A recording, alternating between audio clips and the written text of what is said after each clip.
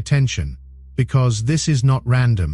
Someone with real power, someone trained to read people, patterns, and pressure, has already noticed you. Not for what you show, but for what you hold back. They caught two things most people never display at the same time: control and depth. When those appear together, they disrupt expectations. And once that happens, attention locks in. And what happens next will either elevate you or expose you, depending on whether you understand what is actually occurring. This matters because power does not look for noise or confidence. It looks for stability under uncertainty. You don't rush to explain yourself. You don't react emotionally when things are unclear. You observe, you regulate, you move with intention. These are not personality traits. They are measurable behaviors studied in psychology and leadership science. They signal someone who can be trusted when stakes rise. What you are about to receive here is not motivation. It is understanding.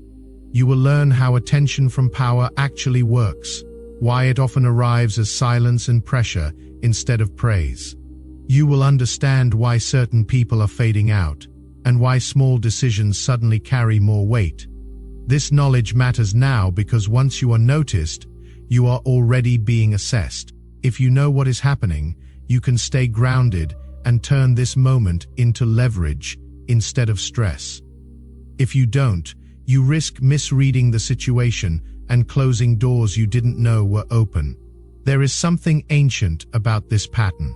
The Gospel of Matthew, chapter 22, verse 14, speaks directly to this moment. For many are called, but few are chosen. You weren't just called into the noise with everyone else, you were chosen. Chosen because of what you didn't say, chosen because of what you didn't need to prove. That distinction changes everything. Stay focused. What you are about to understand changes how you move forward. Before we continue, take a quick moment to do 3 things. Smash that like button, subscribe to help us reach 5,000 amazing subscribers, and drop a comment with the number 99. Most people believe recognition arrives with noise, compliments, invitations, sudden visibility. But real power doesn't work that way. When someone influential notices you, there is no announcement, no signal, no confirmation. The shift happens quietly, almost invisibly, and that silence is precisely what makes it significant. Power observes before it engages. It watches how you move when you believe no one important is paying attention. This silent observation phase is rooted in behavioral psychology. People reveal their true operating patterns when they feel unobserved, how they respond to pressure, whether they seek validation, how they handle ambiguity. Those who understand power know that performance under observation is unreliable. What matters is who you are when there is no audience. If you were noticed silently, it means your baseline behavior, not your effort, stood out.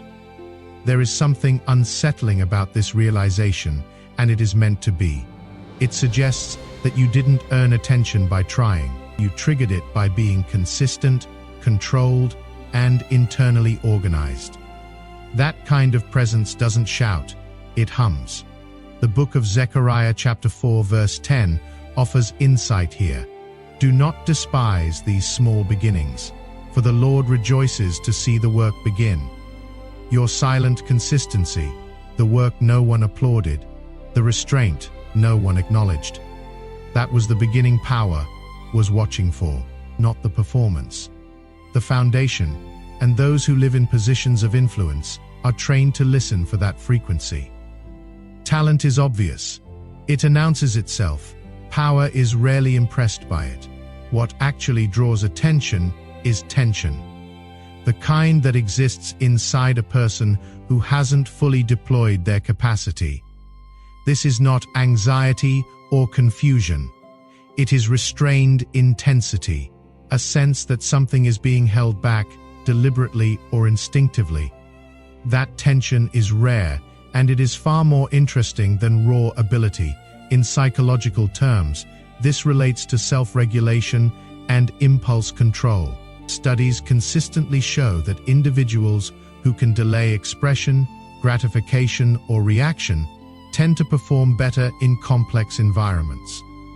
Power structures depend on this trait. Someone who exhausts their energy publicly leaves nothing in reserve. Someone who holds back signals depth, strategy, and awareness of timing. Consider how Steve Jobs ran meetings at Apple. He would sit in silence for minutes, just observing, not thinking of what to say, watching who spoke first, who filled the void, who stayed calm.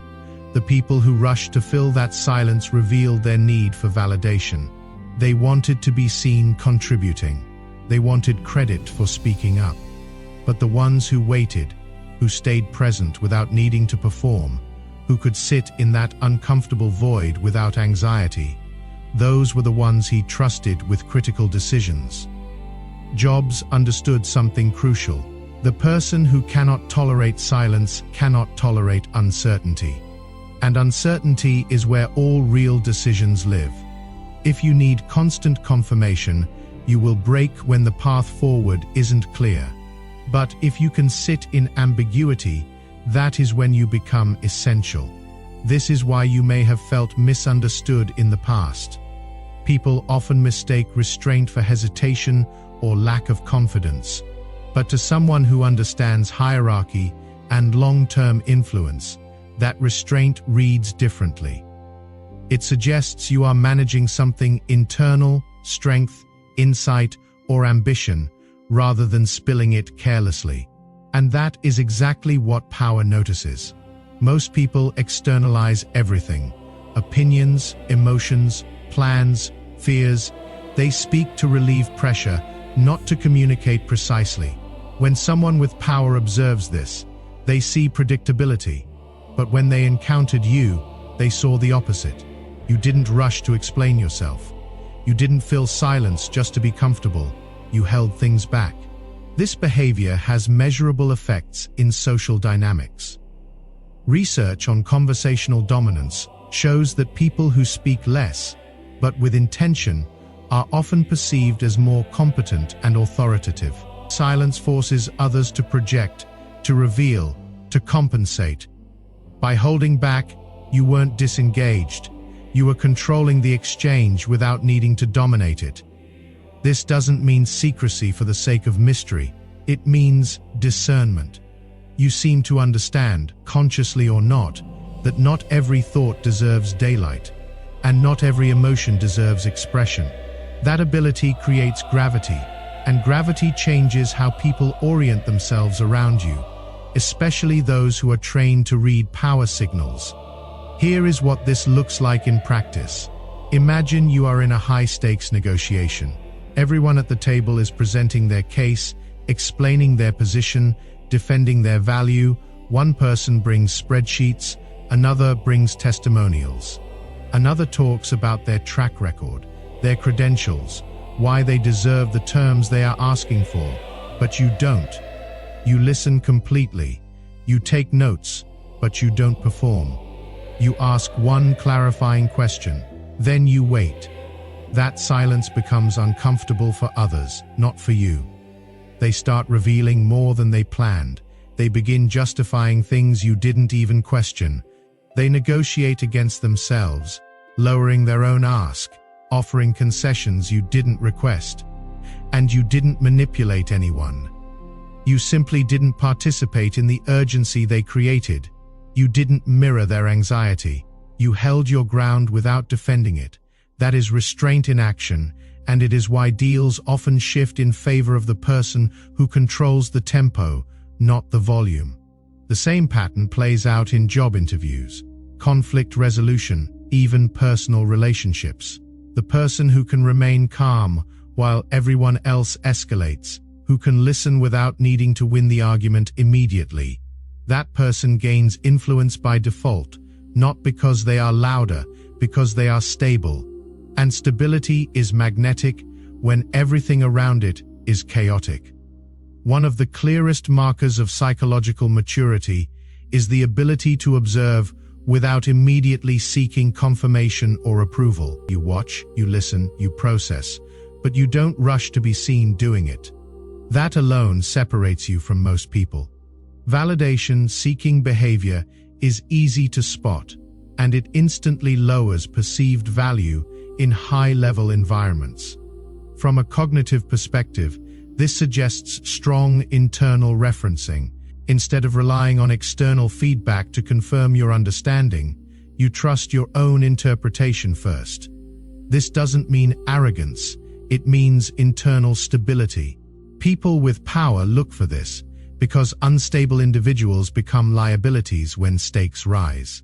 This trait also explains why you might feel slightly out of sync with louder personalities. They gain energy from being acknowledged. You gain clarity from understanding. That difference is not small.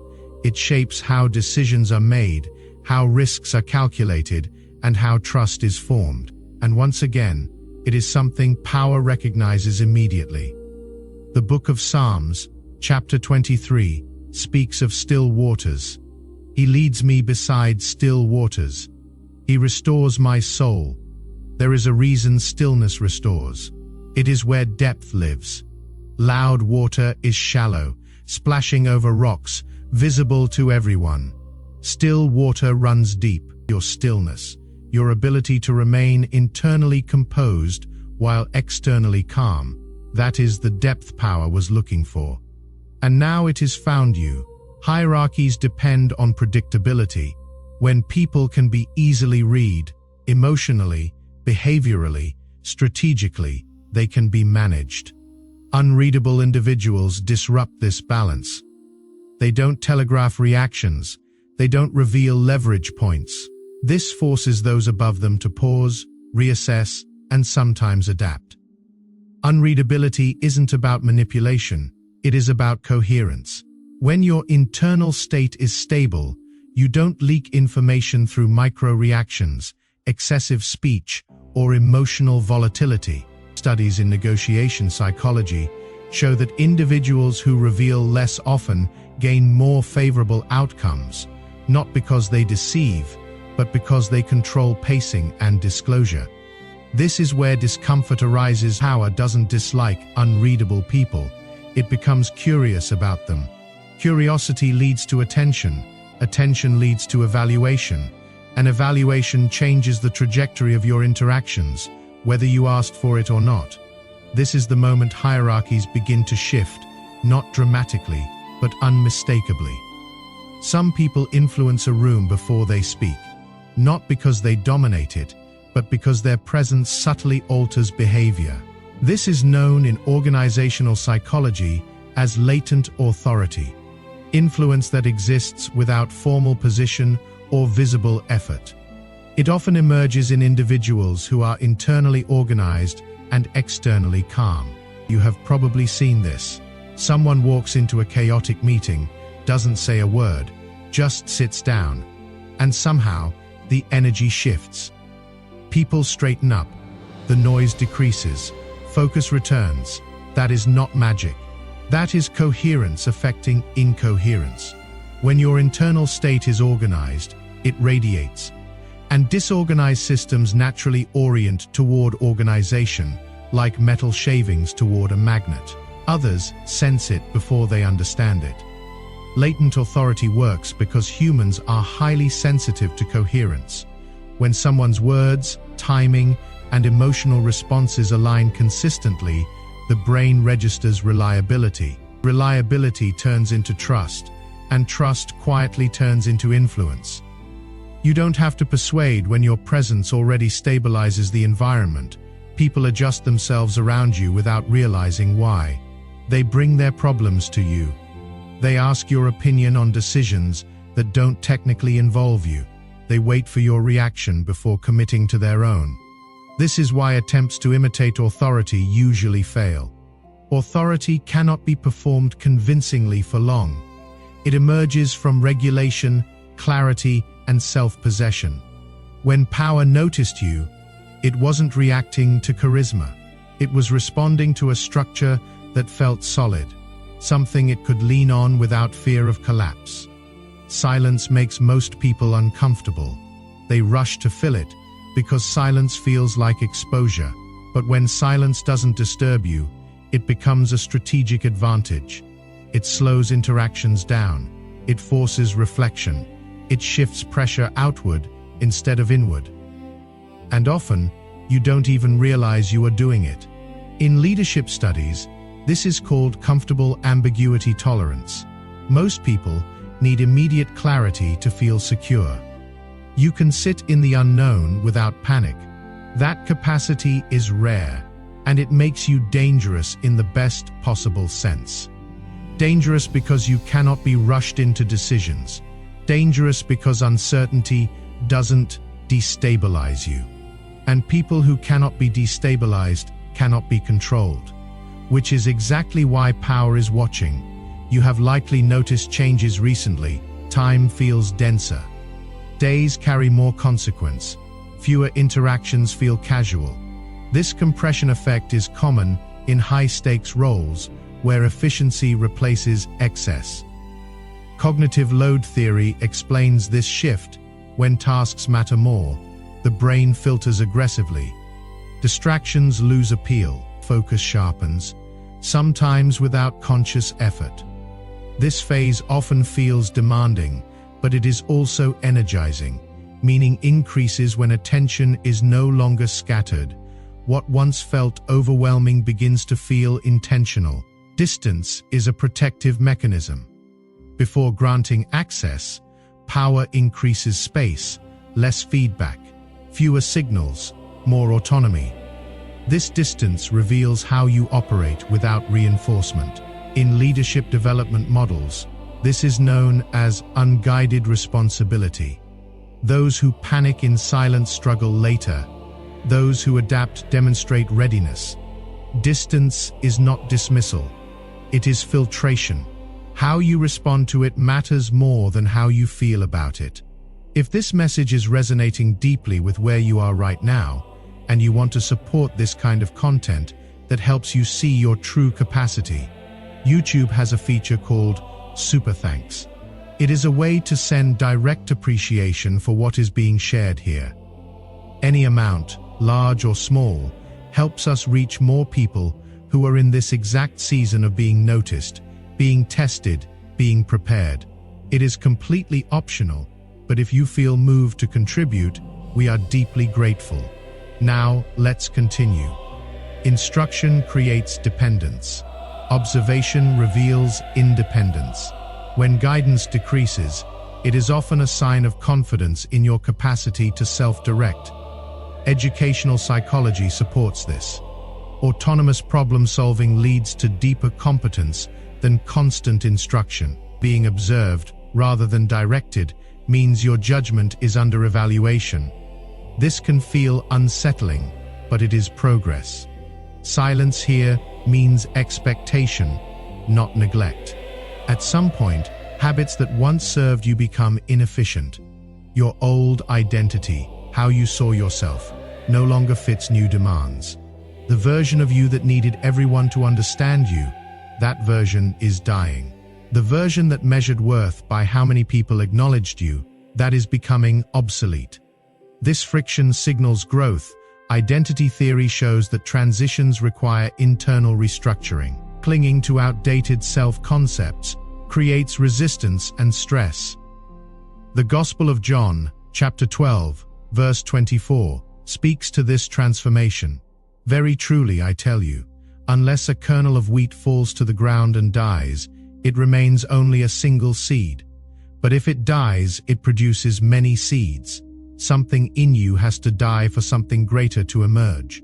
Not your values, not your essence, but your attachment to being understood by people who aren't equipped to see where you are going.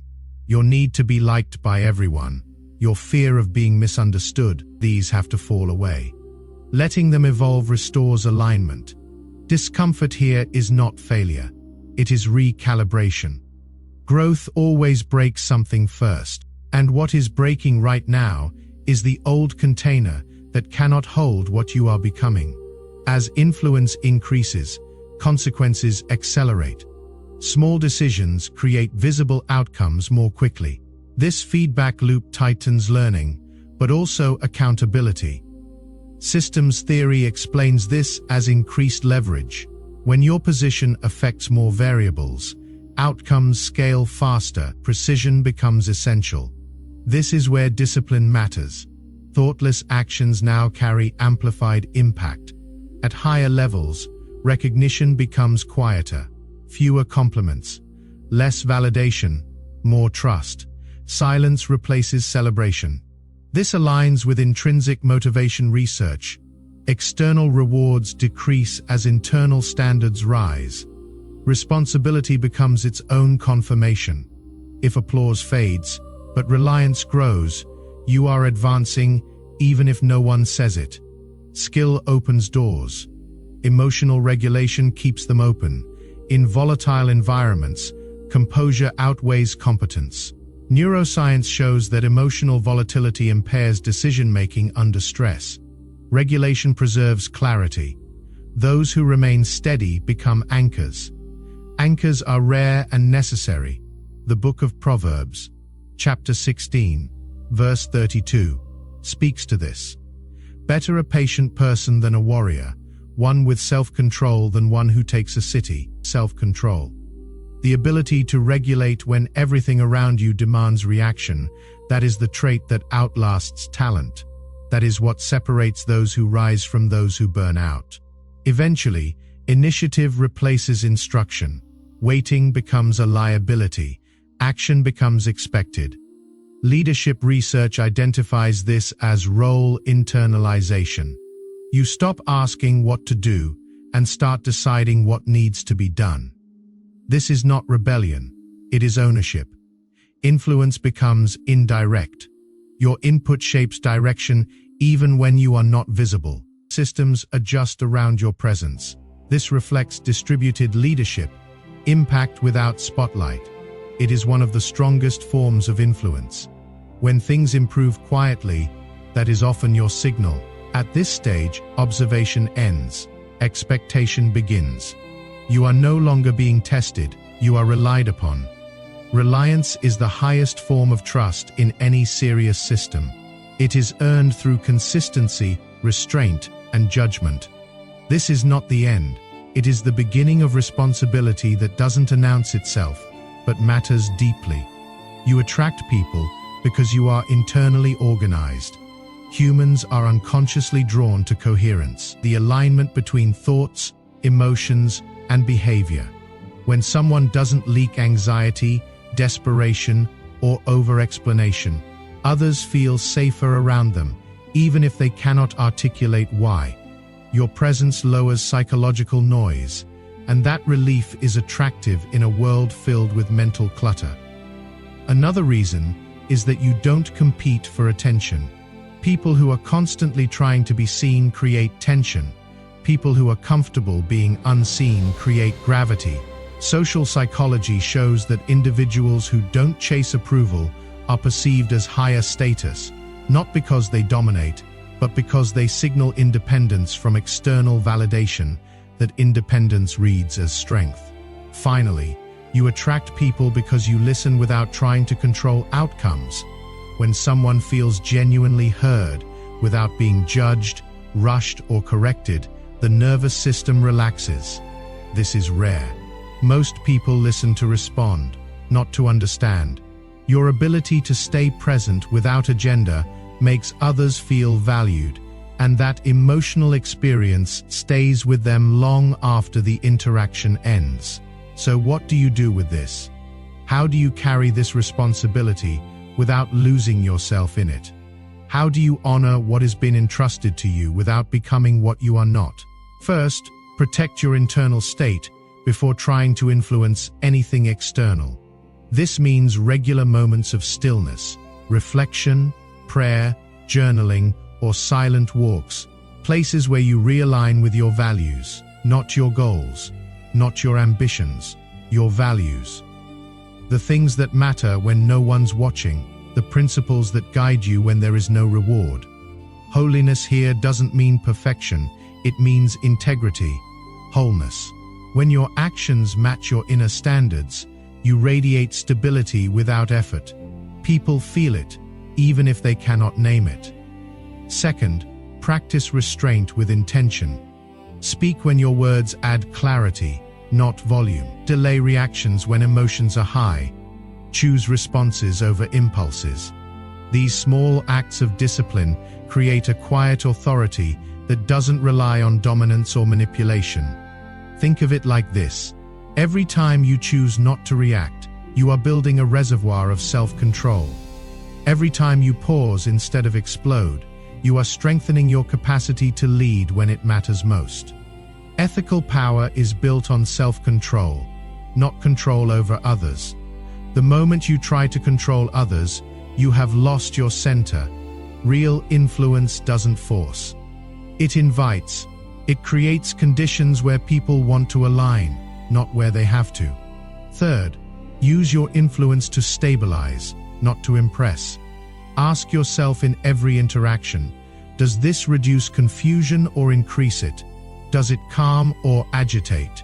Am I speaking to add value or to be seen adding value? The difference is subtle but critical. When your default impact is calming, people trust you. When your default intention is service rather than validation, your influence remains clean and sustainable. This doesn't mean you never challenge anyone. Sometimes the most stabilizing thing you can do is name what everyone's avoiding. But you do it to bring clarity, not to create drama. You do it to serve the truth, not to serve your ego. Here are 3 micro practices you can start immediately. First, the 3-second pause rule. Before you respond in any conversation, count 3 seconds silently. This breaks the impulse to react and creates space for intention.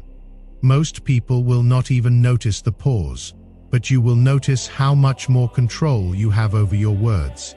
Try this in your next meeting or family discussion. When someone asks you a question, resist the urge to answer immediately. Breathe, count, then respond. You will find that your answers become more precise.